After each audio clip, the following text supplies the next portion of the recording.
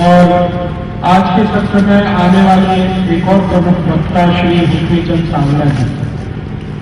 मैं बहुत आभारी हूँ आयोजन समिति का, जिन्होंने मुझे यहाँ आमंत्रित किया और गेट करार पेटेंट का विषय हमारे शेतकरी समाज को कितना धोखादायक है उसके बारे में बात करने का मौका दिया। मैं सबसे पहले भाई श्री रवि राणा का बहुत आभारी हूँ, जिनके विशेष आग्रह पर मैं आपके बीच में हरिद्वार से आ सका, और उन्हीं के साथ डॉक्टर चौधरी का बहुत आभारी हूँ कि उन्होंने बार बार फोन करके मुझे यहाँ आने के लिए प्रेरित किया। डॉक्टर चौधरी और श्री रवि कुमार राणा जी दोनों के विशेष आग्रह और प्रेम भरे निमंत्रण पर मैं आपके बीच आ सका। अपने भारत देश की सरकार ने सन 1995 में एक गेट करार नाम की अंतर्राष्ट्रीय संधि की। 1995 में भारत सरकार ने जो गेट करार नाम की संधि की वो 1 जनवरी को हुई, और 1 जनवरी 1995 से यह संधि संपूर्ण भारत देश में लागू हुई। इस संधि को भारत सरकार ने जब किया था, उस समय हमारे देश के प्रधानमंत्री थे श्री पीवी नरसिम्हा राव, और हमारे देश के वित्त मंत्री थे डॉक्टर मनमोहन सिंह। इस समय संधि को लगे हुए, स्थापित हुए, चालू हुए करीब 13 वर्ष हो गया, और 13 वर्ष के बाद ये संधि आज जहां तक पहुंची है, तो भारत में प्रधानमंत्री हैं डॉक्टर मनमोहन सिंह और पीवी नरसिम्हा राव स्वर्गवासी हो चुके हैं। जब ये संधि हमारी सरकार ने की थी, गेट करार की, तो हमारे देश की संसद में हमारी सरकार ने कुछ माहिती दी थी, और उसमें से एक माहिती ये थी कि ये जो संधि हो रही है गेट करार की, इससे हमारे शेतकरी समाज को बहुत फायदा होगा। हमारे देश के वर्तमान में जो वित्त मंत्री हैं और संधि के समय में जो वाणिज्य मंत्री थे, उनका नाम है श्री प्रणब मुखर्जी। तो प्रणब मुखर्जी ने संसद में 1 जनवरी को एक बयान दिया था और 1995 में, और ये कहा था कि इस संधि के लागू होने से भारत के शेतकरी समाज को बहुत लाभ होगा। इतना लाभ होगा कि हमारे शेतकरी समाज सभी श्रीमंत हो जाएगा। हमारी खेती के विषय में संधि के बारे में ये कहा गया था कि इस संधि को लागू करने से भारत की खेती का जो विकास दर है वो कम से कम 8 से 10% हो जाएगा। और एक माहिती दी गई थी वो ये कि ये संधि लागू होने से, गेट करार लागू होने से भारत के शेतकरी समाज को डॉलर बहुत ज़्यादा मिलेगा, विदेशी मुद्रा में उनकी आमदनी बहुत बढ़ जाएगी, और विदेशी मुद्रा हमारे भारतवासियों को, शेतकरी समाज को जास्ती मिलेगी तो शेतकरी समाज की गरीबी सब खत्म हो जाएगी। ऐसे करके इस संधि के बारे में और भी बहुत माहिती दी गई थी। भारत का विदेशी व्यापार बढ़ेगा, और भारत का विदेशी व्यापार बढ़ के कम से कम 200 अरब डॉलर को क्रॉस कर जाएगा, विदेशी मुद्रा भंडार बहुत बढ़ जाएगा, भारत एक श्रीमंत और औद्योगिक देश हो जाएगा, संपूर्ण दुनिया में भारत की जय जयकार हो जाएगी। ऐसी बहुत सारी माहिती देकर ये संधि हमारी सरकार ने की थी। अब ये संधि किए हुए लगभग 13 वर्ष हो गए, और संसद के बाहर भारत के लोगों को ये कहा गया था कि गेट करार लागू होने से खेती को और शेतकरी समाज को बहुत फायदा होगा। खेती का जो विकास दर है वो 8 से 10% हो जाएगा, और शेतकरी समाज श्रीमंत हो जाएगा, और हमारे देश के शेतकरी समाज द्वारा जो उत्पन्न खेती की वस्तुएं हैं उनको बाजार में बहुत अच्छा भाव मिलेगा, और अंतर्राष्ट्रीय बाजार पेट हमारे लिए खुल जाएगा। हमारा जो भी खेती का उत्पन्न खराब हो जाता है हर वर्ष, वो पूरे दुनिया के बाजार में बिकने लगेगा। ऐसी सारी अच्छी अच्छी बातें करके गेट करार को हमारी सरकार ने सही किया था। अब गेट करार सही हुए लगभग 13 वर्ष हो गए हैं। 13 वर्ष के बाद की स्थिति के बारे में मैं आपसे बात करना चाहता हूं कि जो सरकार ने कहा था अब वो 13 वर्ष के बाद कहां तक पहुंचा है। तो पहली माहिती जो मैं आपको देना चाहता हूं वो ये कि भारत सरकार ने जो खेती की विकास दर की बात की थी कि 8 से 10% हो जाएगी, गेट करार लागू होने के 13 साल के बाद हमारी खेती की विकास दर अब सिर्फ 4% के आसपास है। और आपको जानकर यह दुख होगा कि जिस दिन गेट करार को सही किया गया था 1 जनवरी 1995 को, उस दिन हमारी खेती की विकास दर 4.8% थी। अब शेती की विकास दर 4% रह गई है। माने गेट करार लागू होने के 13 साल में शेती की विकास दर कम हुई है, बढ़ी नहीं। दूसरी एक माहिती दूं कि जब गेट करार सही हुआ था 1995 में, तो हमारे देश में ऐसी एक भी खबर नहीं थी कि शेतकरी समाज को आत्महत्या करनी पड़ती है। गेट करार लागू होने के अब 13 साल में हमारे देश के शेतकरी समाज के हजारों शेतकरी आत्महत्या कर रहे हैं। हम जहां विदर्भ में रहते हैं, विदर्भ में तो शायद ही कोई जिला बचा होगा। अमरावती है, फिर वर्धा है, फिर बुल्ढाना है, फिर गढ़चिरौली है।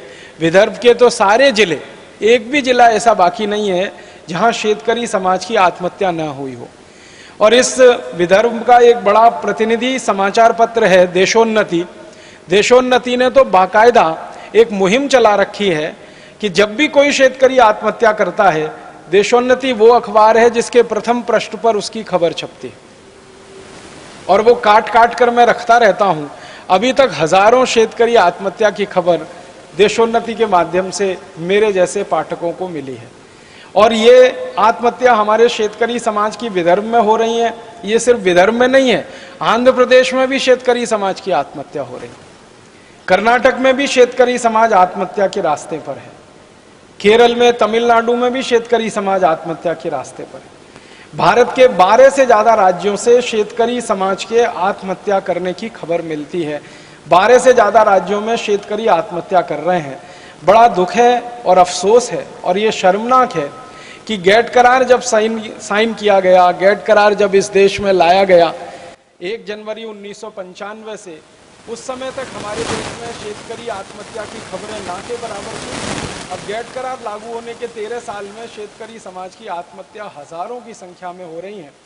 और आपको शायद याद होगा, एक बार तो शेतकरी समाज की आत्महत्या के प्रश्न पर परेशान होकर हमारे देश के प्रधानमंत्री को विदर्भ की यात्रा करनी पड़ी थी और सेवाग्राम में आकर 2 दिन रुकना पड़ा था शेतकरी समाज के प्रश्नों को समझने के लिए। संसद में इतनी बार हंगामा हो चुका है शेतकरी आत्महत्या के सवाल पर। तो गेट करार लागू होने से शेतकरी समाज की आत्महत्या बढ़ी। गेट करार लागू होने से हमारे शेतकरी समाज का जो विकास दर है, खेती का विकास दर है, वो कम हुआ। 4.8% से अब 4% पे आ गया है। और अगले 1 साल का हमारे लोगों का अनुमान है, अर्थशास्त्रियों का, कि खेती की विकास दर अब 3% के आसपास 2009 के समाप्त होने तक रह जाएगी। उसके बाद हमारे देश की सरकार ने एक सर्वे कराया है जिसकी मैं माहिती आपके बीच में रखना चाहता हूं। गेट करार लागू होने के बाद भारत के शेतकरी समाज और साधारण लोगों पर उसका क्या फर्क पड़ा है, क्या अंतर आया है, उसके लिए एक सर्वे हुआ। हमारे देश में एक बहुत बड़े अर्थतज्ञ हैं, बहुत बड़े अर्थशास्त्री हैं, उनका नाम है प्रोफेसर अर्जुन सेन गुप्ता।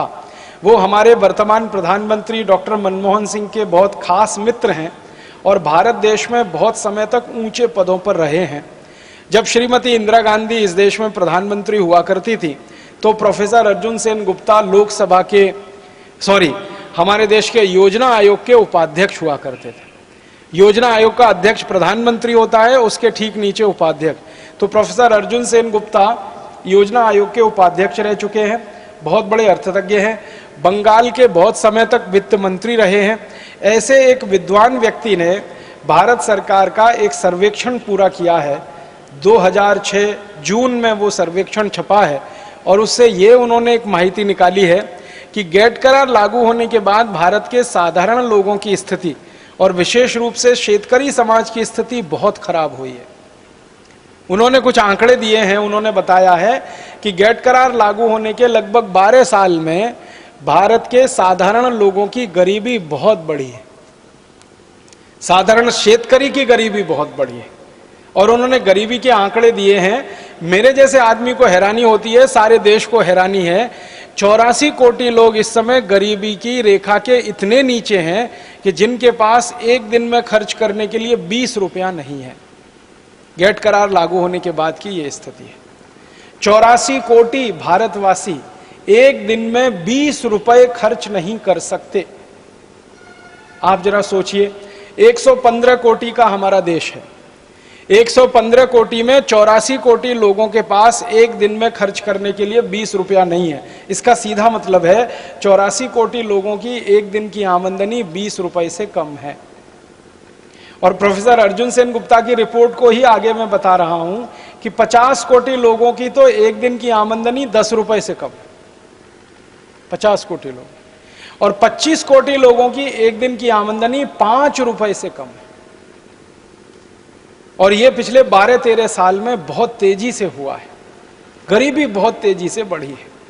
फिर हमारे देश के प्रोफेसर अर्जुन सेन गुप्ता की ही कमेटी की रिपोर्ट है, वो ये कहते हैं कि गैट करार लागू होने के बाद छोटे छोटे जो उद्योग धंधे हैं, छोटे छोटे जो रोजगार करने के काम होते थे, वो बहुत तेजी से कम हुए हैं।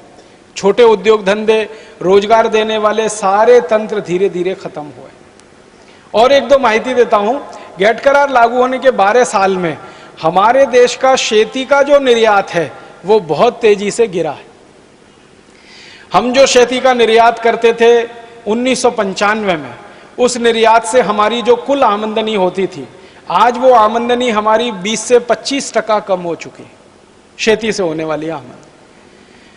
और ये आमदनी कैसे कम हुई है? 1995 में जब ये गैट करार लागू हुआ था तब $1 36 रुपए का था। अब गैट करार लागू हुए लगभग 12-13 साल हो गया, अब $1 लगभग 50 रुपए के बराबर है। तो हमारा मतलब क्या हुआ कि पहले हम शेती का कोई भी वस्तु 36 रुपए का बेचे तो हमें $1 की इनकम होती थी। अब 2009 में शेती की 50 रुपए की वस्तु बेचते हैं तब $1 की इनकम होती है। माने वस्तु हमारी जाती जाती है, डॉलर हमारे पास उतना ही आता है जो 1995 में आता था।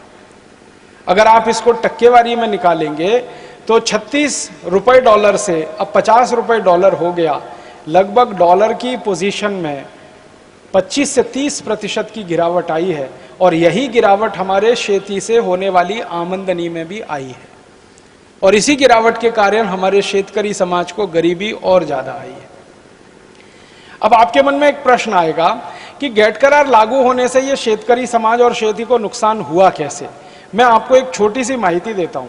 गैट करार की बहुत सारी शर्तें हैं। गैट करार का मैंने बहुत अभ्यास किया, लगभग 10 से 12 साल, और उस अभ्यास के बाद सारे देश में मैंने 10,000 से ज्यादा व्याख्यान दिए गैट करार पर। गैट करार एक अंतर्राष्ट्रीय समझौता है जिसमें 155 देशों ने सही किया है।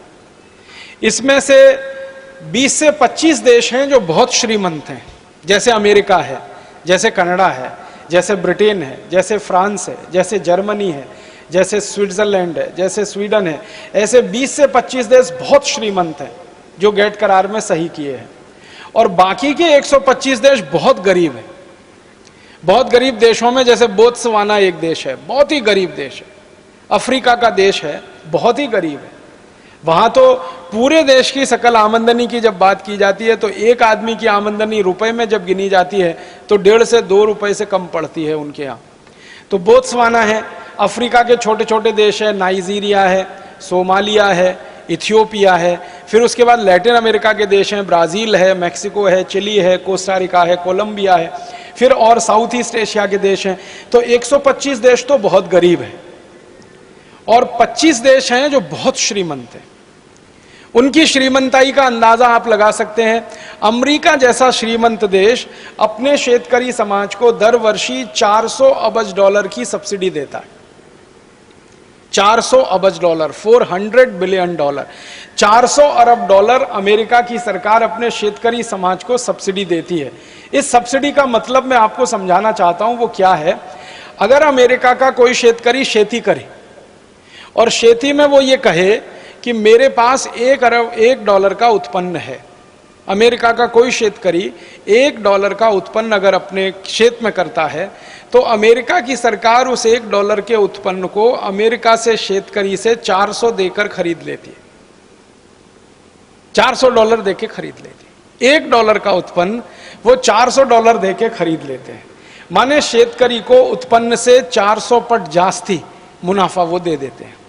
अब वो उत्पन्न को फिर वो अंतर्राष्ट्रीय बाजार में बिक्री करते हैं और उस बिक्री के कारण वो सस्ता हो जाता है क्योंकि सरकार के पैसे बहुत लग गए हैं उसमें।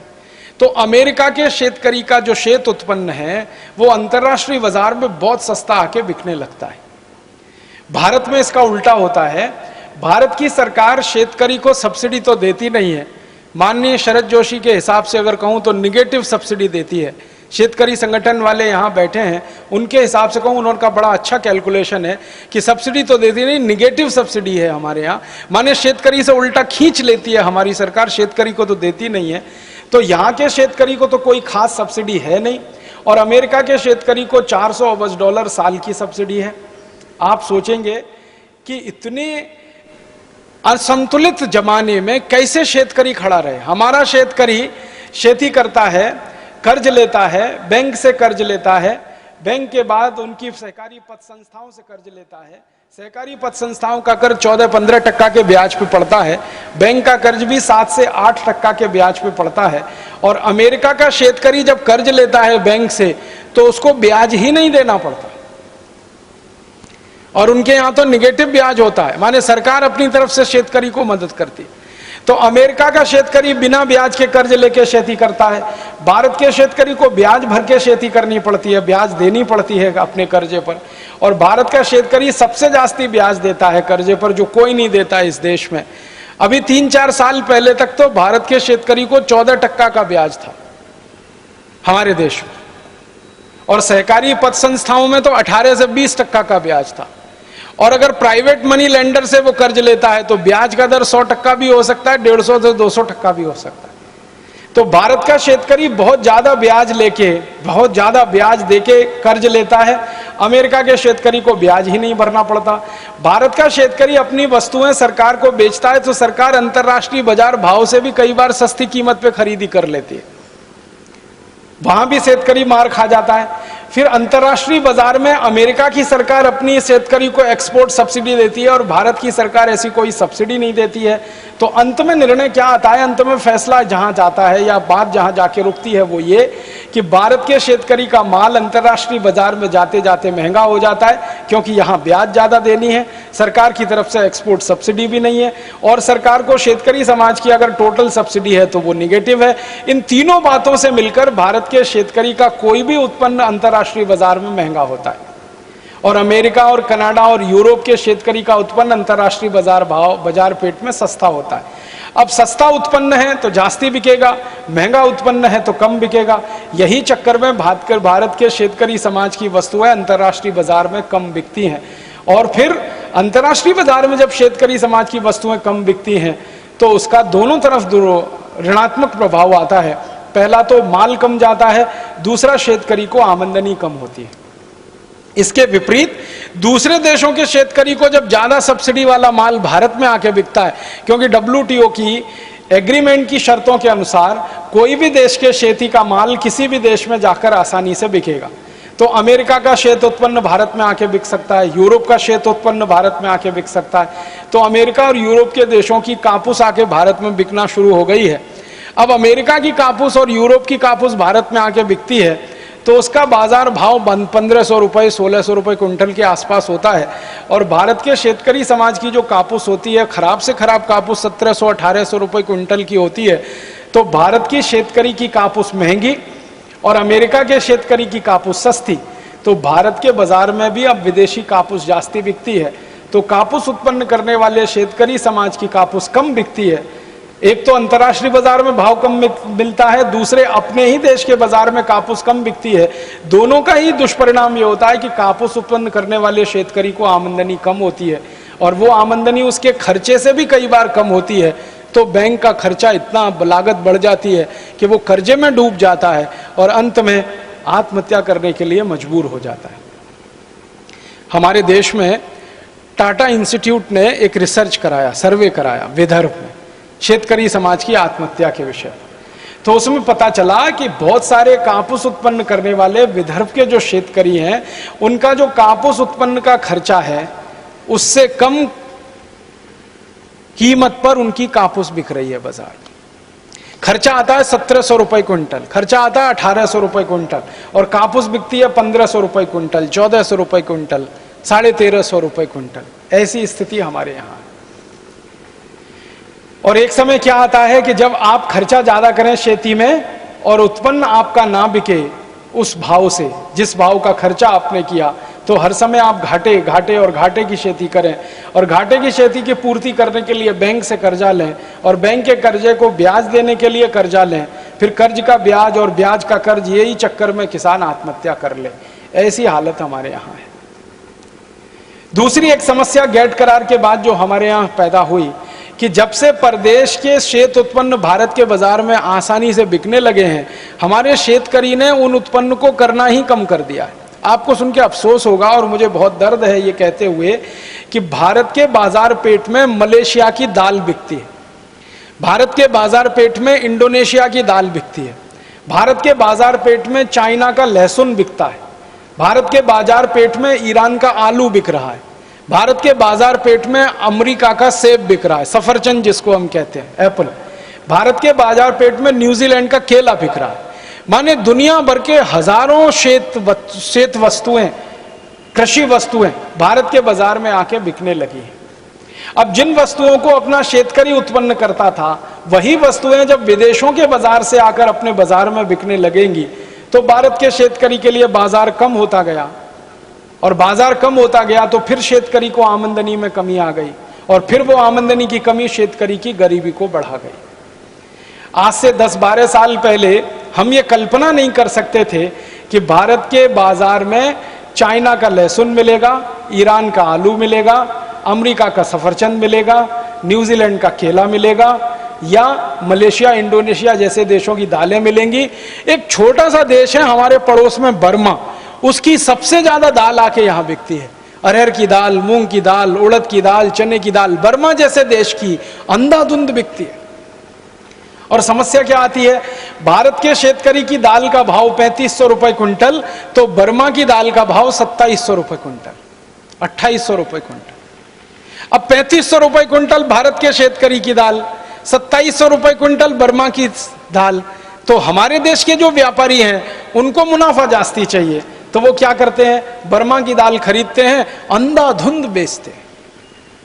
मैं कल जलगांव में था, यहां आने के लिए मैं कल जलगांव से ट्रेन पकड़ा था, सवेरे जलगांव से ट्रेन पकड़ा था, कल रात जलगांव में रुका था। आप जानते हैं जलगांव बहुत बड़ा बाजार है दाल का।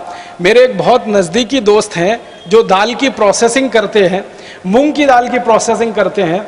मैंने कल उनसे पूछा क्या हाल है बाजार का, तो उन्होंने कहा राजीव भाई 2-2.5 साल हो गए हैं हिंदुस्तान की मूंग की दाल बाजार में नहीं है, 2-2.5 साल हो गए।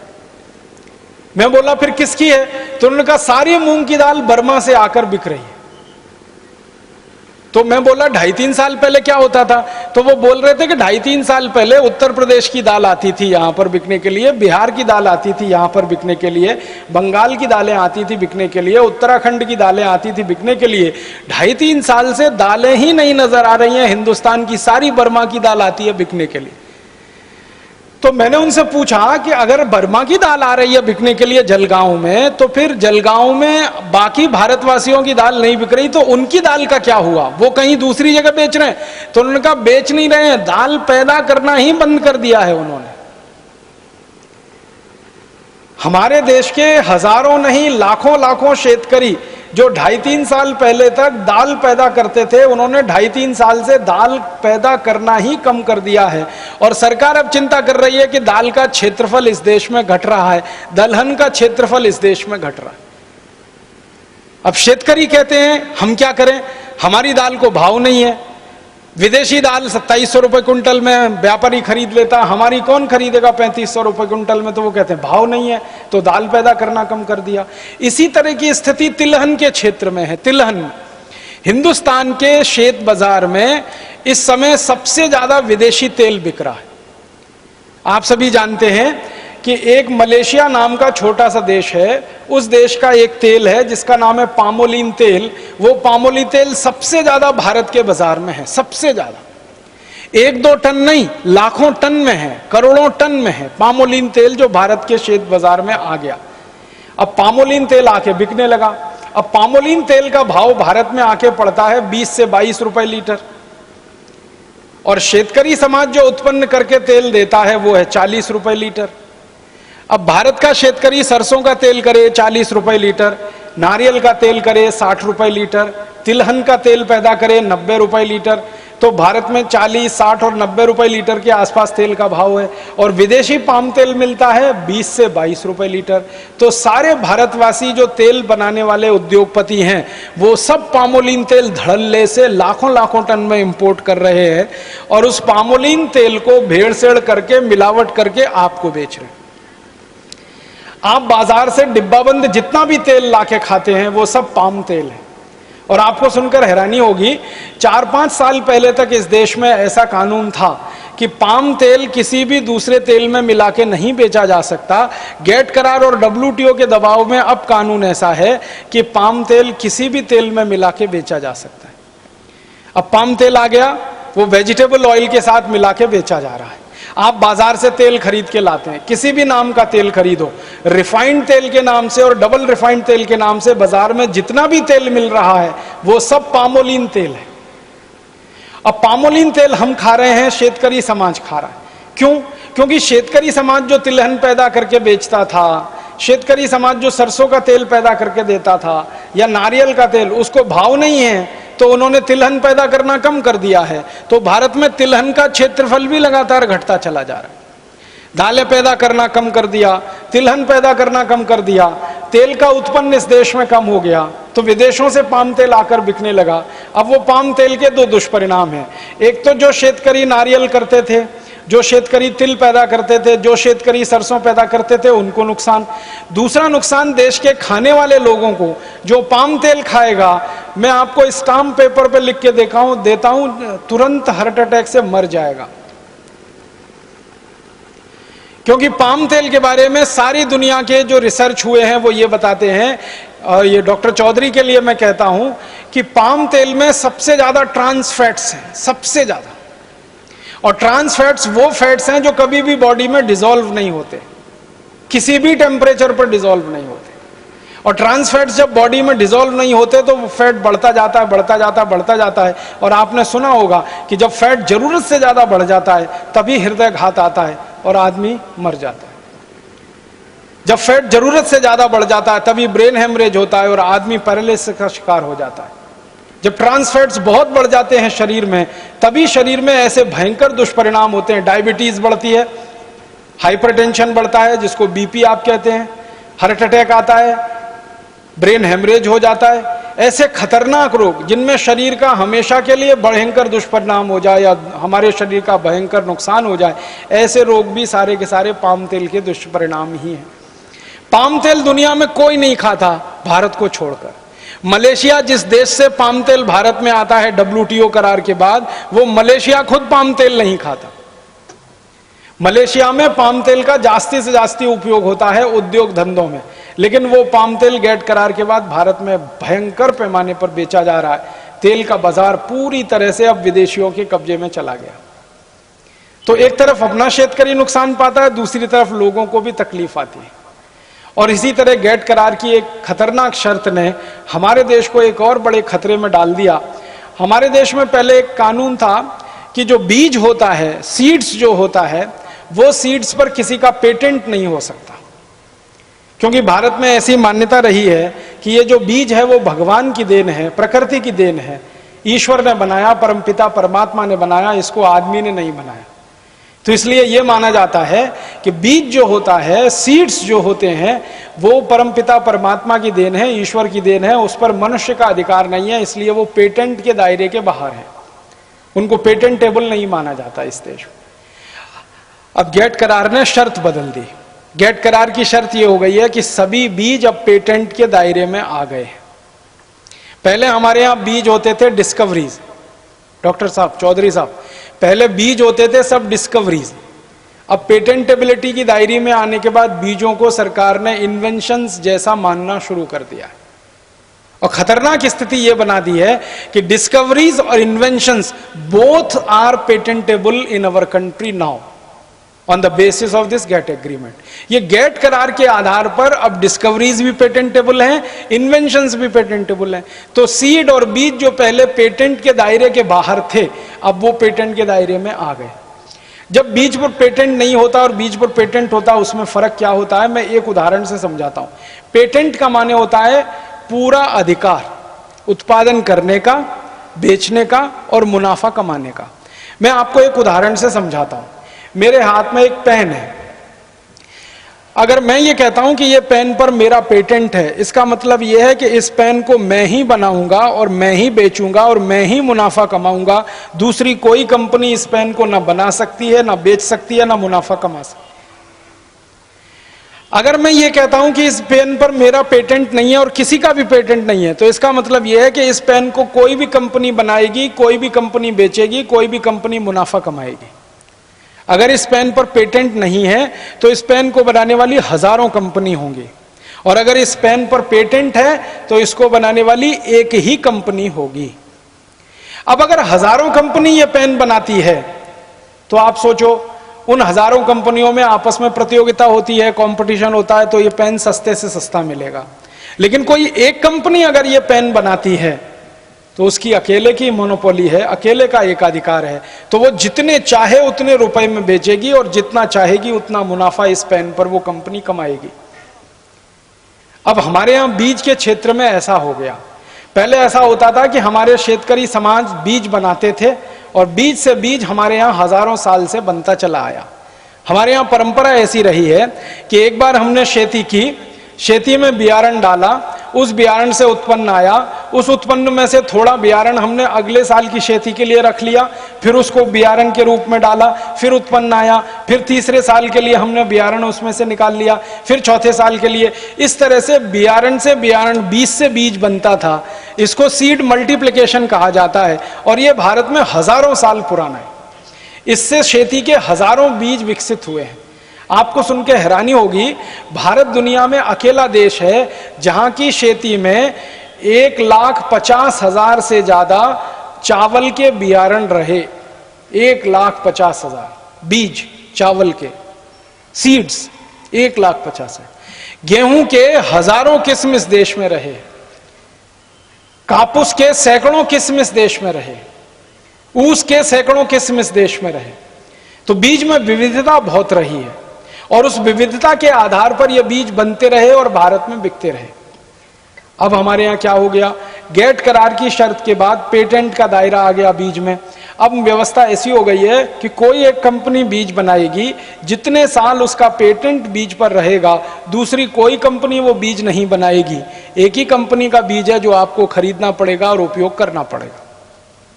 परिणाम क्या हुआ, अमेरिका की बड़ी बड़ी बीज कंपनियां आ गई।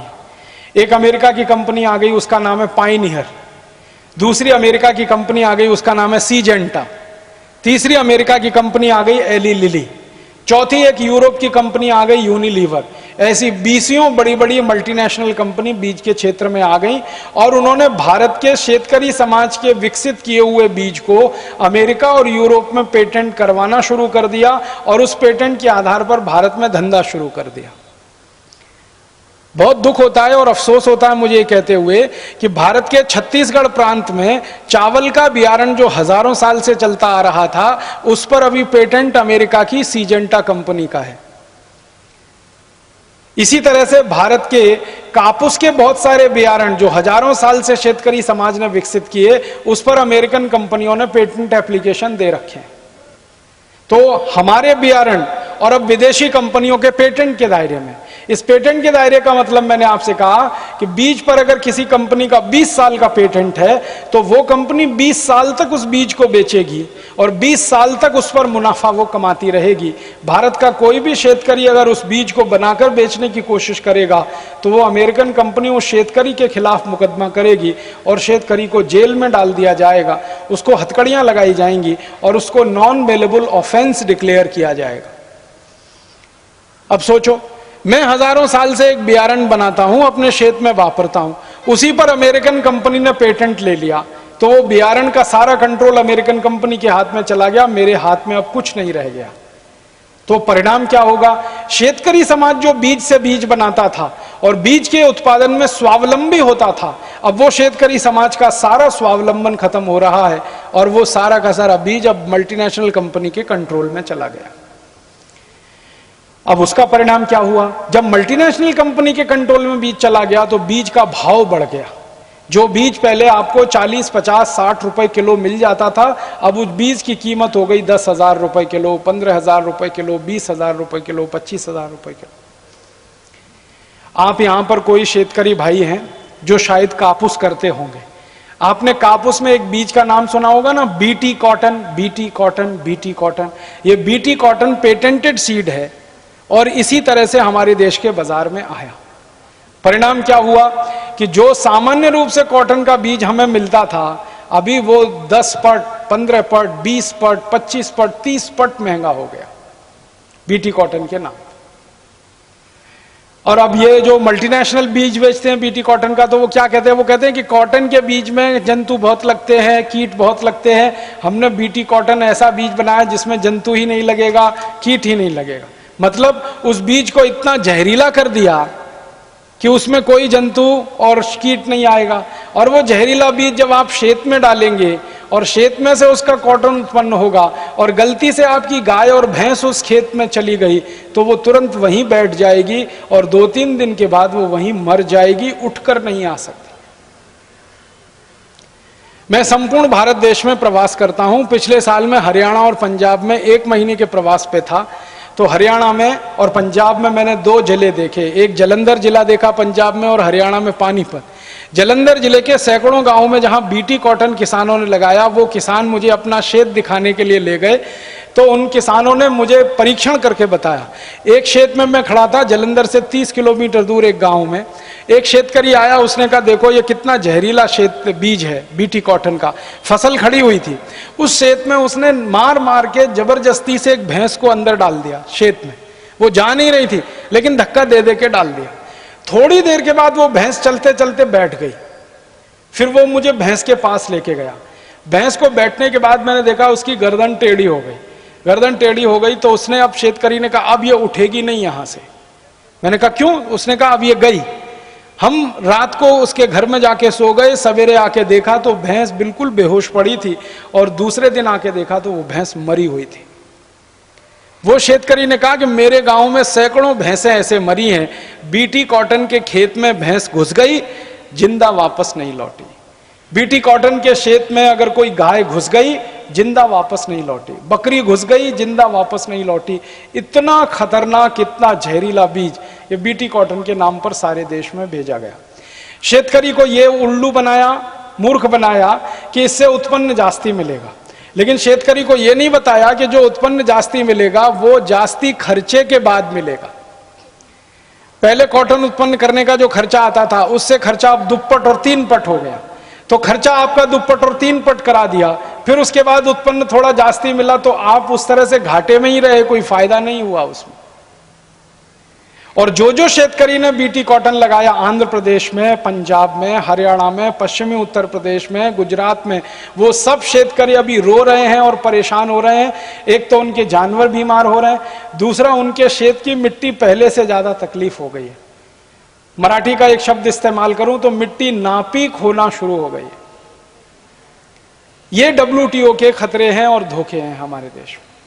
अब कोई भी मल्टीनेशनल कंपनी आएगी, कोई भी बीज लाएगी। अब एक अमेरिकन कंपनी आ रही है, वो बीटी कॉटन की तरह से बीटी ब्रिंजल लेके आ रही है। बीटी बैंगन, बैंगन को बीटी बना दिया। अब वो बैंगन बाजार में आएगा, आप शेतकरी अपने गांव में खेत में उसे लगाएंगे, माटी आपकी नापीक होगी और वो बैंगन आपने गलती से खा लिया भाजी पाले के रूप में, सब्जी के रूप में, तो आपका शरीर भी नापीक हो जाए। दुनिया के जिन देशों में बीटी ब्रिंजल को बैन किया गया, वहां के लोगों का कहना है और वैज्ञानिकों का कहना है कि जो देश में बीटी ब्रिंजल चला, नपुंसकता सबसे ज्यादा बढ़ी। लोगों ने जिसने भी खाया नपुंसकता बढ़ी। अब फिर बीटी टमाटर लाने की बात कर रहे हैं, फिर बीटी पटेटो माने बीटी बटाटा लाने की बात कर रहे हैं। तो बीटी बना बनाकर सारे भाजी पाले को हिंदुस्तान में लाने की तैयारी बहुत सारे मल्टीनेशनल्स कर रहे हैं। तो एक तरफ शेतकरी समाज को तकलीफ, हमारी माटी को नापीक बनाने की साजिश या षड्यंत्र, और दूसरी तरफ खेत का जो उत्पन्न बढ़े उससे भी ज्यादा उसका खर्चा बढ़े। हमारे देश में ये चल रहा है। और एक छोटी सी आखिरी बात और कहता हूं कि WTO जब से आया 1995 से, तब से मैंने भाव देखना शुरू किया। एक साल का भाव मैंने इकट्ठा किया। WTO 1995 में 1 जनवरी से शुरू हुआ। हमारे देश में यूरिया और DAP का भाव बढ़ना शुरू हो गया WTO के बाद। 1995 के आंकड़े बताता हूं। 1994 दिसंबर तक हमारे देश में 50 किलो यूरिया था 70 रुपए का, 70 रुपीज पर बैग। 50 किलो का यूरिया का बैग 70 रुपए का। WTO आने के बाद हमारे देश की सरकार ने डायरेक्ट और इनडायरेक्ट दोनों सब्सिडीज को कट करने का जो प्रयास किया शेतकरी समाज की, यूरिया DAP की सब्सिडीज भी कम हुई शेतकरी समाज के लिए। तो अब वही यूरिया 70 रुपए का जो 50 किलो था, अब 270-275 रुपए का 50 किलो है 2009 में। तो यूरिया का भाव बढ़ गया। कम से कम अगर आप 70 रुपए का 140 में लो 2 पट हो, और 70 रुपए का आप अगर 180 में लेते हो 3 पट हो गया। 70 रुपए का अगर आप 250, 260, 270 में लेते हो 4 पट, तो 4 पट यूरिया का भाव बढ़ा दिया सरकार ने WTO की कंडीशन से। फिर DAP का भाव उससे भी ज्यादा हो गया। DAP तो करीब 8 से 9 पट महंगा हो गया। जब WTO लागू हुआ था हमारे देश में तो 1 लीटर डीजल था 17 रुपए 35 पैसे का, अब 1 लीटर डीजल है 35 रुपए का। माने डीजल का भाव दुप्पट हो गया WTO के आने के बाद। अब शेतकरी जो सबसे ज्यादा वापरता है वो यूरिया, दूसरे नंबर पर DAP, तीसरे नंबर पर डीजल। तो यूरिया, DAP, डीजल जो शेतकरी का सबसे जास्ती खर्चा है, वही 4 पट, 8 से 10 पट और दुप्पट महंगा हो। तो शेतकरी का खर्चा भी 4 पट, 8 से 10 पट महंगा हो गया। खर्चा जास्ती हो गया, महंगा जास्ती हो गई खेती। यूरिया DAP महंगा हो गया, डीजल महंगा हो गया, तो खेती का उत्पन्न खर्चा ज्यादा हो गया, लागत खर्च ज्यादा हो गया, कॉस्ट ऑफ प्रोडक्शन ज्यादा हो गया। और अंतरराष्ट्रीय बाजार से सस्ती खेती वस्तुएं आने लगी। मैंने आपसे कहा WTO की कंडीशन पहले ऐसी थी, मैंने पहले WTO नहीं था तो बाहर से आने वाले शेत उत्पन्न पर हम टैक्स लगा के उसको महंगा बनाते थे। अब WTO की शर्तों के बाद बाहर से आने वाले खेती के उत्पन्न पर जास्ती टैक्स नहीं लगा सकते, वो जास्ती महंगा नहीं हो सकता, वो सस्ता आके बाजार में बिकता है। तो भारत के शेतकरी का शेत उत्पन्न महंगा और बाहर से आने वाले शेतकरी, अमेरिका यूरोप के शेतकरी का शेत उत्पन्न सस्ता। तो सस्ता शेत उत्पन्न भारत के बाजार में आके ज्यादा बिकेगा, तो शेतकरी अपने का उत्पन्न कम बिकेगा। तो वही उत्पन्न कम बिकने से खेती का जो लागत, खेती का जो विकास दर है, जो WTO आने के पहले 4.8% था, अब वो विकास दर 4% से भी कम है। 2009 तक आते आते वो 3% रह जाएगा। माने शेतकरी समाज और ज्यादा गरीब और गरीब होता चला जाएगा। तो हमारी सरकार तो WTO की नीतियों में ऐसी फंसी है जो शेतकरी समाज को ज्यादा गरीब बना रही है और शेतकरी समाज की तकलीफें ज्यादा बढ़ा रही है। तो आप बोलेंगे अब क्या करना चाहिए? तो मैं मेरे व्याख्यान के अंत में यही आपसे कहना चाहता हूं कि सारे शेतकरी समाज को मिलकर अभी 2 काम करने चाहिए।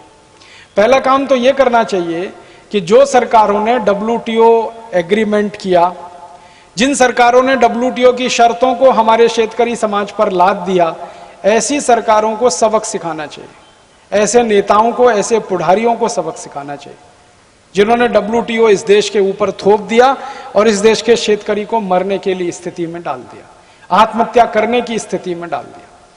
ये सोचिए आप, कितनी विडंबना है कि लोगों का पेट भरने वाला शेतकरी खुद भूखा रह जाए और आत्महत्या करने के लिए मजबूर हो जाए।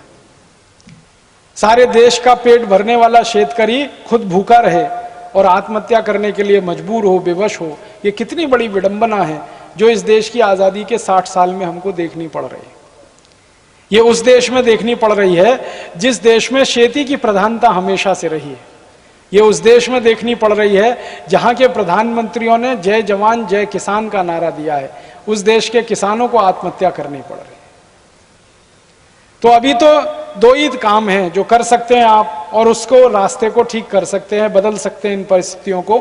पहला तो हमारी सरकारों के ऊपर दबाव बनाना कि ये जो WTO एग्रीमेंट है, ये जो गेट करार है, या तो इसकी शर्तों को बदलो, नहीं तो गेट करार को रद्द करो। हमें ये नहीं चाहिए।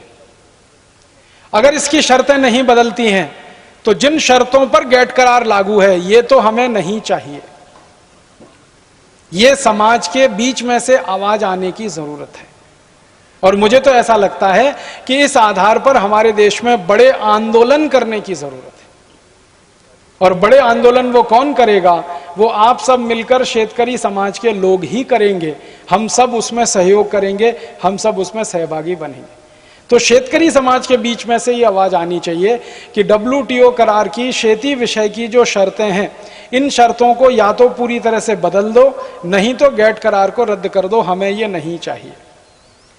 तब आप बोलेंगे अगर हम गैट करार रद्द कर देंगे तो सारी दुनिया में अकेले पड़ जाएंगे, अलग थलग हो जाएंगे। ऐसा कुछ नहीं है। मैं आपको माहिती के लिए बताता हूं, गैट करार एक मल्टीलैटरल एग्रीमेंट है, बहुपक्षीय समझौता है, जिसमें बहुत सारे देशों के साथ मिलकर एक साथ व्यापार किया जाता है।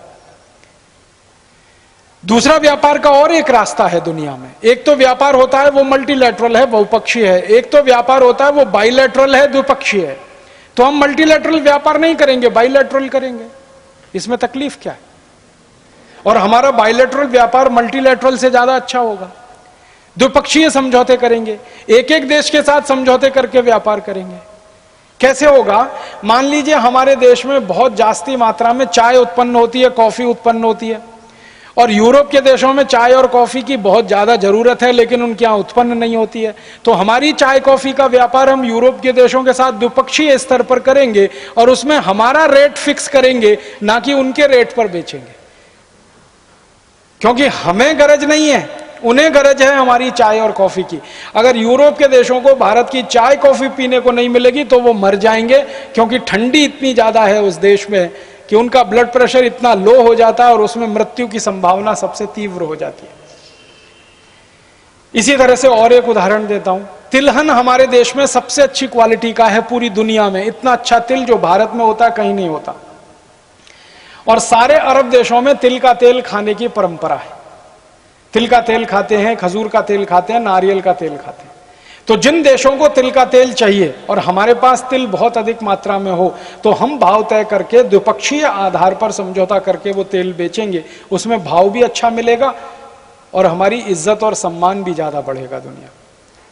तो मेरा यह कहना है कि मल्टीलैटरल व्यापार का जो समझौता WTO है, इसको खत्म करके बाइलैटरल तरीके से, द्विपक्षीय तरीके से हम व्यापार के समझौते कर सकते हैं और एक एक देश के साथ एक एक समझौता करके हमारी वस्तुओं को ज्यादा अच्छे भाव पर बेच सकते हैं। तो हमको WTO की तो वैसे कोई जरूरत नहीं है, हम द्विपक्षीय आधार पर व्यापार दुनिया में कर सकते हैं। और दूसरी जानकारी, अगर WTO हम खत्म करा देते हैं तो भारत के बाजार में क्या फायदा होगा? बर्मा की दाल बिकना बंद हो जाएगी भारत के बाजार में, अमेरिका का सेब बिकना बंद हो जाएगा, न्यूजीलैंड का केला बिकना बंद हो जाएगा, अमेरिका की कापूस आना बिकना बंद हो जाएगी यहां पर, कनाडा का गेहूं आकर बिकना बंद हो जाएगा, ऑस्ट्रेलिया का गेहूं आकर नहीं बिकेगा। माने परदेशी खेती वस्तुएं भारत के बाजार में बिकना कम हो जाएंगी। परिणाम क्या होगा?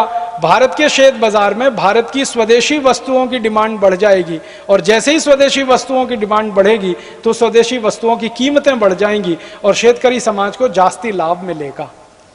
मैंने एक सीधा सा हिसाब निकाला कि आज अगर हम WTO को कैंसिल कर दें और विदेश का कापूस भारत के खेती में आकर बिकना बंद हो जाए, भारत के शेत बाजार में, भारत के मार्केट में विदेशी कापूस ना बिके, तो अभी विदर्भ के शेतकरी का कापूस 5 से 5.25 हजार रुपए क्विंटल का भाव आराम से हो जाएगा। अभी आज की तारीख विदेशी कापूस जैसे ही खत्म होगा भारत के बाजार से, देशी कापूस को 5-5.25 हजार रुपए क्विंटल का भाव सीधे हो जाता है।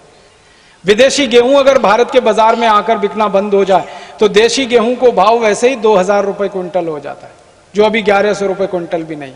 विदेशी चावल अगर आकर बिकना बंद हो जाए, फिलीपींस का चावल यहां ना बिके तो भारत के चावल का भाव 1400 से 1500 रुपए क्विंटल सीधे हो जाता है, दुप्पट भाव हो जाता है। गेहूं का भाव दुप्पट, चावल का भाव दुप्पट, आपके कापूस का भाव दुप्पट, आपका जो केला है उसका भाव दुप्पट, सफरचंद का भाव दुप्पट, आपकी जो भी शेत वस्तुएं हैं वो दुप्पट से 3 पट भाव पर तो आज हो जाएंगी अगर विदेश से आने वाली वस्तुओं को बंद कर दिया जाए इस देश में। और विदेशी शेत वस्तुओं को जैसे ही हम बंद करेंगे तो भारत के शेतकरी की वस्तुएं महंगी हो जाएंगी, वो एक बात होगी। और दूसरी बात ये होगी कि भारत के शेतकरी को जब ज्यादा भाव मिलने लगेगा तो वो खेती अपने आप उस दिशा में करना ज्यादा शुरू करेगा। अगर कापूस को 5000 रुपए क्विंटल भाव हो जाए, अपने आप कापूस उत्पन्न करने का क्षेत्रफल बढ़ जाएगा इस देश में। अगर गेहूं को भाव 2-2.5 हजार रुपए क्विंटल हो जाए, गेहूं ज्यादा करना अपने आप शुरू कर देंगे शेतकरी। अगर चावल को भाव ज्यादा हो गया तो चावल ज्यादा अपने आप ही शुरू हो जाएगा। तिलहन को भाव ज्यादा हो जाए, दलहन को भाव ज्यादा हो जाए, दलहन का क्षेत्रफल बढ़ता है, तिलहन का क्षेत्रफल बढ़ता है। यह सरकार ने कई बार स्टडी कराई है कि 1 से 2% भाव में जब बढ़ोतरी होती है तो 1 कोटि हेक्टेयर ज्यादा खेती होने लगती है।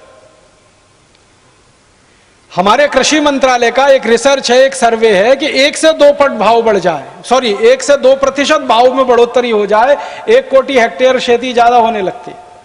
अगर 8 से 10% भाव ज्यादा हो जाए तो आप सोचो कितने कोटि हेक्टेयर जास्ती खेती इस देश में होने लगती है। तो खेती जास्ती होती है, क्षेत्रफल ज्यादा होता है खेती का, और ज्यादा लोगों को उसमें रोजगार मिलता है। और एक तीसरा फायदा होता है, अगर WTO की शर्तों को हम रद्द कर दें और हिंदुस्तान की सरकार ये तय करे और हम उनको दबाव डालें कि 1995 में जब आपने WTO लागू किया था उस समय खेती का जो लागत खर्च था उसी लागत खर्च पर खेती को ले जाकर फिक्स कर दो, तो यूरिया आपको फिर से 70 रुपए का 50 किलो मिलता है। DAP आपको बड़े आराम से, बहुत आराम से 8 से 10 रुपए का 1 किलो मिल जाता है, जो इस समय 22 से 25 रुपए किलो है। यूरिया DAP का भाव 4 पट सस्ता होता है, DAP का भाव 8 से 10 पट सस्ता होता है, डीजल पेट्रोल का भाव कम से कम 2 पट सस्ता होता है। तो ये सब चीजें सस्ती होती हैं, यूरिया सस्ता, DAP सस्ता, सुपर फॉस्फेट सस्ता, फिर डीजल सस्ता, तो खेती का लागत खर्च कम होता है। लागत खर्च कम होता है और बाजार में कीमत जास्ती मिलती है तो किसानों को दोहरा फायदा होता है, 2 तरफ से प्रॉफिट होता है। एक तो बढ़े हुए कीमत पर माल बेचना, वो एक फायदा, और दूसरा लागत और खर्च लगातार कम हो जाना, दूसरा फायदा। और हमारे देश में और सारी दुनिया में ये माना जाता है कि खर्चा जितना कम होता है आमदनी उतनी ही बढ़ती जाती है। शेतकरी समाज का खर्चा जितना कम होगा आमदनी उतनी ही बढ़ती जाएगी। तो WTO करार को रद्द करने से इतने सारे फायदे हमारे शेतकरी समाज को होते हैं। और मेरा मानना है कि कापूस 5,000 रुपए क्विंटल, गेहूं 2,500 रुपए क्विंटल और चावल 1,500-2 हजार रुपए क्विंटल बिकने लगे और हर शेत वस्तु का उत्पन्न आधा खर्चा कम हो जाए और माल का भाव दुप्पट बढ़ जाए, सब शेतकरी श्रीमंत होते जाएं, एक भी शेतकरी आत्महत्या करने के लिए मजबूर ना हो इस देश में। ये एक तरीका है। दूसरा एक तरीका है कि अगर WTO कैंसिल नहीं होता, भारत सरकार उसको लागू रखती है और भारत सरकार कहती है कि हम तो इसको कैंसिल नहीं करेंगे, तब आप शेतकरी समाज मिलकर एक फैसला करो कि हम ऐसे पुढ़ारियों को संसद में और विधानसभा में चुनकर भेजेंगे जो इस WTO को कैंसिल करने की बात करेंगे। जो पुढ़ारी, जो नेता WTO की खिलाफत नहीं करते, जो WTO को रद्द करने की बात नहीं करते, उन सब पुढ़ारियों को इस बार के चुनाव में सबक सिखाएंगे। आप एक ही बात तय कर लो, उसके बाद सब ठीक हो जाएगा इस देश में। आप जानते हैं हमारे देश में 64 कोटि वोट हैं, 64 कोटि मतदान करने वाले नागरिक हैं। अब 64 कोटि मतदान करने वाले नागरिकों में 80% नागरिक शेतकरी समाज के हैं, 80%। अगर ये 80% शेतकरी समाज के नागरिक ये तय कर लें कि हम मतदान उसी पुढ़ारी को करेंगे, उसी नेता को मतदान देंगे जो WTO को रद्द कराएगा, और WTO को रद्द कराने का माने शेतकरी समाज की समृद्धि और संपत्ति को दुप्पट बनाना, 3 पट बनाना, तो जो शेतकरी समाज को समृद्धशाली बनाएगा दुप्पट और 3 पट, और WTO को रद्द कराएगा, ऐसे पुढ़ारी को वोट करेंगे, ऐसे पुढ़ारी को मत देंगे, तो आप देख लो अगली बार की लोकसभा बदल जाएगी, अगली बार की विधानसभा बदल जाएगी, पूरी तस्वीर बदल जाएगी। आप बोलेंगे ऐसे पुढ़ारी आएंगे कहां से? आपके ही बीच में से आएंगे। ये मंच पे हमारे रवि भाई राणा बैठे हैं, हम सब लोग इनको कह रहे हैं कि आप तैयारी करो, और तैयारी करो, गंभीरता से तैयारी करो। विधानसभा में जाओ, नहीं तो लोकसभा में जाओ, और अपने जैसे 350 खासदारों को लोकसभा में लेके जाओ, और अपने जैसे 480 आमदारों को विधानसभा में लेके जाओ। ये रवि राणा एक हैं, इनके जैसे 480 आमदार नहीं मिलेंगे पूरे महाराष्ट्र में, खूब मिलेंगे, जो बेईमान नहीं है, जो चोर नहीं है, लंपट नहीं है, उचक्के नहीं है, शराबी नहीं है, कबाबी नहीं है, ऐसे तो बहुत लोग मिलेंगे। रवि राणा में तो कम से कम इतने दुर्गुण तो नहीं है, शराब वो पीते नहीं, दारू पीते नहीं, मांस खाते नहीं, लंपट है नहीं, चोरी कभी की नहीं, जेल कभी गए नहीं, पुलिस के अपराध में उनका कोई रिकॉर्ड नहीं। तो ऐसे ईमानदार, स्वच्छ छवि वाले लोग 480 हमको चाहिए, पूरे महाराष्ट्र की लोक संख्या है 10 कोटि की, 10 कोटि में 480 नहीं मिलेंगे? जरूर मिलेंगे। बस हमें करना क्या है कि ये रवि राणा हुए, ऐसे 479 और इकट्ठे करके एक साथ इनको विधानसभा में भेज देना। तो आप बोलेंगे फिर क्या होगा? महाराष्ट्र की विधानसभा में अगर 480 आमदार ऐसे जाते हैं जो गैट करार का विरोध करते हैं और एक विधानसभा इस गैट करार को रद्द कर दे, तो भारत सरकार की ताकत नहीं है जो पूरे देश पे उसको लागू कर दे, क्योंकि यह संविधान हमारा ऐसा कहता है। हमारे संविधान में बिल्कुल स्पष्ट लिखा हुआ है कि भारत की विधानसभाओं ने अगर गैट करार को अमान्य किया, रद्द किया, कैंसिल किया, तो सरकार लागू नहीं करा सकती, क्योंकि भारत एक फेडरल स्टेट है, संघीय राज्य है, जिसमें विधानसभाओं की भी ताकत लोकसभा के बराबर है। तो अभी तो लोकसभा का चुनाव आ रहा है 2 महीने के बाद, तो 2 महीने के बाद लोकसभा का चुनाव आएगा और आपके मतदार संघ से जो भी व्यक्ति खासदार है उसको आप सीधे सवाल पूछोगे, देखो भाई 13 साल से ये गैट करार हमारे देश में आया, आपने गैट करार को रद्द करने के लिए पिछले 13 साल में क्या किया और आने वाले 5 साल में आप क्या करेंगे, तभी हमारा वोट आपको मिलेगा। जिस दिन आपने वोट को गैट करार के सवाल से जोड़ दिया, उसी दिन खासदारों को झक मार के कहना पड़ेगा कि हाँ हम गैट करार को रद्द करेंगे। अगर तुम रद्द करोगे तो स्टाम्प पेपर पर लिख के दो, पूरे पब्लिक के सामने घोषणा करो कि मैं लोकसभा में जाने के बाद गैट करार को रद्द कराने के लिए काम करूंगा। और अगर तुमने नहीं कराया तो तुमको वापस बुला के किसी दूसरे को भेजेंगे हम गैट करार को रद्द कराने के लिए। ये नहीं कि 5 साल तुमको चुनकर भेज दिया तो 5 साल हम चुप बैठ जाएंगे। तुमने अगर काम नहीं किया तो तुमको वापस बुलाएंगे, दूसरे को भेज देंगे, तीसरे को भेज देंगे। तो गैट करार को रद्द कराने वाले खासदार चाहिए लोकसभा में, गैट करार को रद्द कराने वाले आमदार चाहिए विधानसभा में। और अब की बार के चुनाव में आप इस बात का ध्यान रखिए कि जो लोग गैट करार का विरोध करते हैं, जो मल्टीनेशनल का विरोध करते हैं, जो विदेशी कंपनियों का विरोध करते हैं, भारत के शेतकरी समाज को समृद्ध बनाना चाहते हैं, खेती को संपन्न बनाना चाहते हैं, उन्हीं को वोट करिए। और मेरा आपको हाथ जोड़कर निवेदन है कि वोट करते समय पक्ष को ध्यान में मत रखिए, व्यक्ति को ध्यान में रखिए, क्योंकि पक्ष कई बार बेईमान हो जाते हैं। हम पक्षों को एक बात के लिए चुनकर भेजते हैं कि इस काम को करने के लिए जा रहे हैं, जब वो वहां पहुंच जाते कहते हैं ये नहीं हो सकता, कुछ और बताओ, ये नहीं हो सकता, कुछ और बताओ। फिर वो अपने मूल मुद्दे सब भूल जाते हैं, फालतू फालतू काम करना शुरू कर देते हैं। इसलिए पक्षों को वोट मत करिए, व्यक्तियों को वोट करिए। कोई बहुत अच्छा कामदार है, कोई बहुत अच्छा खासदार है, लेकिन उसका पक्ष खराब है, तो भी आप उस आमदार और खासदार को वोट करिए, क्योंकि पक्ष को आपने अगर वोट किया तो पक्ष तो नागनाथ और सांपनाथ हैं, दोनों ही डसेंगे, चाहे जिससे डसवा लो अपने आप। आजादी के 60 साल में यही हुआ है। इसलिए व्यक्तियों को चुनिए, और व्यक्तियों को चुनते समय उनकी कुछ विशेषताएं हैं जो ध्यान में रखिए कि वो व्यक्ति कितना ईमानदार है, कितना चरित्रवान है, रात को रोज दारू पी के तो नहीं सोता है, रात को कोई खराब काम तो नहीं करता है, गलत काम तो नहीं करता है, पर स्त्री गमन तो नहीं करता, पर वैश्या गमन तो नहीं करता। ऐसी बातों को चुनकर अगर आप ध्यान देंगे तो अच्छे लोग चुनकर जाएंगे, और अच्छे लोग हमेशा अच्छे ही काम करते हैं। बुरे लोगों को चुनकर भेजेंगे वो बुरे काम ही करेंगे। अभी तो आप ऐसा चुनाव करते हैं कि एक व्यक्ति है, उसने 100 मर्डर किए हैं, दूसरे ने 90 मर्डर किए हैं, आप 90 वाले को वोट दे देते हैं। वो 90 वाला जब चुनकर जाता है तो वो 150 मर्डर करा देता है, वो उसका बाप निकलता है पिछले वाले का। ऐसा चुनाव बंद कर दीजिए। और स्वामी रामदेव जी ने अभी भारत स्वाभिमान करके अभियान शुरू किया है, उसका तो ये मुद्दा है, ईमानदार, चरित्रवान, पारदर्शी, साहसी, पराक्रमी। ये 5 सूत्र हैं, ईमानदार, चरित्रवान, साहसी, पराक्रमी और पारदर्शी। ऐसे गुण जिसमें भी हैं वो सबको चुनवाकर संसद में भेजना, लोकसभा में, विधानसभा में भेजना। इसके लिए भारत स्वाभिमान मंच बना दिया, अभियान शुरू कर दिया उन्होंने। मैं उसी अभियान का एक कार्य करने वाला व्यक्ति हूं। हमारे रवि भाई राणा भी उस अभियान के साथ जुड़े हुए हैं। यहाँ बहुत सारे जो पतंजलि योग समिति के कार्यकर्ता बैठे होंगे वो भी उस अभियान के अंग हैं। तो इस अभियान को लेकर 2 साल स्वामी रामदेव जी और मैं भारत के 600 जिलों का प्रवास करने जा रहे हैं, और 600 जिलों का प्रवास करके हर जगह एक ही बात कहने जा रहे हैं कि आपके मतदान के समय ध्यान दीजिए वोट देते समय ऐसे व्यक्तियों को जो विदेशी कंपनियों का बहिष्कार करते हो, गैट करार को रद्द कराने की बात करते हो, अंग्रेजों के जमाने के बनाए हुए कानूनों को खत्म कराने की बात करते हो। ऐसे 15-20 मुद्दे तय हुए हैं, उसके आधार पर आप वोट करिए। और ये बात कहने के लिए स्वयं रामदेव जी जाने वाले हैं 600 जिलों में, मैं जाने वाला हूं, और ऐसे दूसरे भी साधु संत जाने वाले हैं 600 जिलों में।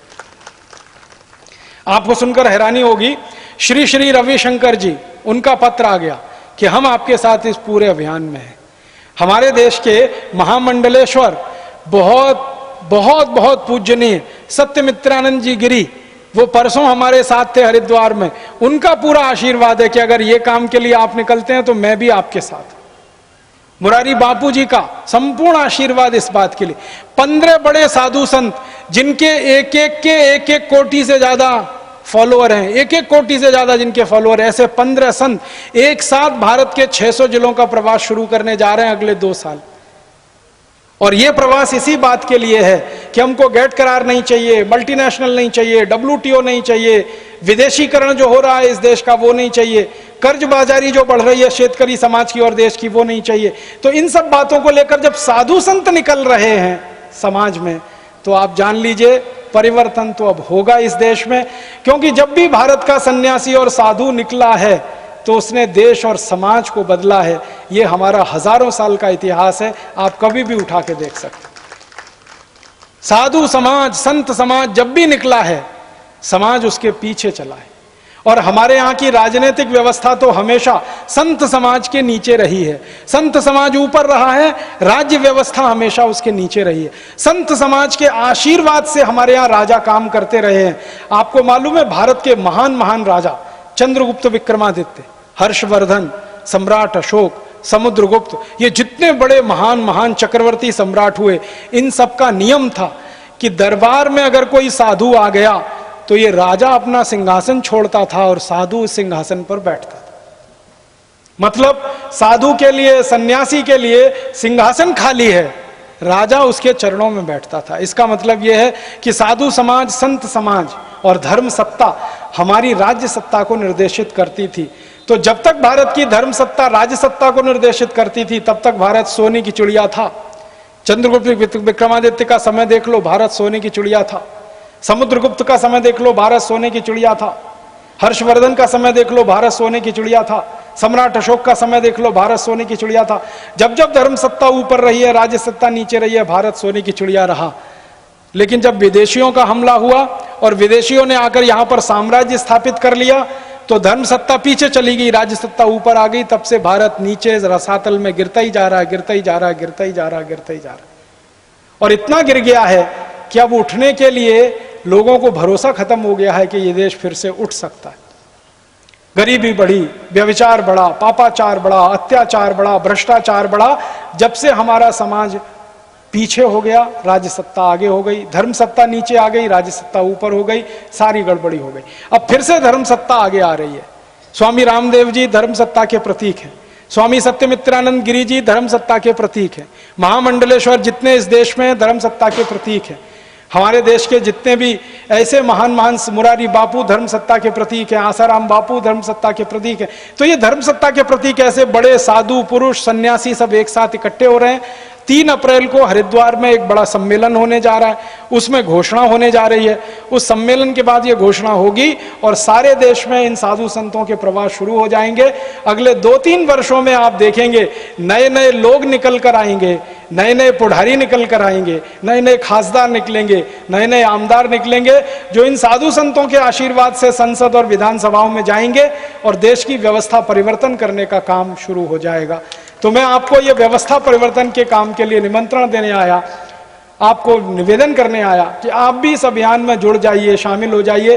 भारत स्वाभिमान का जो अभियान शुरू हो रहा है, आप भी इसके सक्रिय सदस्य बन जाइए। इसके सदस्य बनने के लिए जो भी माहिती है वो आपको यहाँ पतंजलि योग समिति के लोग दे देंगे, रवि भाई राणा भी आपको माहिती दे देंगे। उसके माहिती पत्रक हैं, वो आप ले जाकर ध्यान से पढ़ लीजिए। माहिती पत्रक भरकर आप उनको जमा कर दीजिए। जमा करके आप भी हमारे साथ सदस्य हो जाएंगे। फिर आप भी इस जिम्मेदारी में आ जाएंगे और आप भी इस काम को आगे बढ़ाने के लिए हमारे साथ कंधे से कंधा मिलाकर इस लड़ाई को लड़ेंगे और इस लड़ाई को जीतेंगे। मैं ये कहते हुए मेरा व्याख्यान समाप्त कर रहा हूं कि इस WTO के खिलाफ की लड़ाई को, मल्टीनेशनल के खिलाफ की लड़ाई को हम लड़ेंगे और जीतेंगे, लड़ेंगे और जीतेंगे, लड़ेंगे और जीतेंगे। आप सभी का आभार।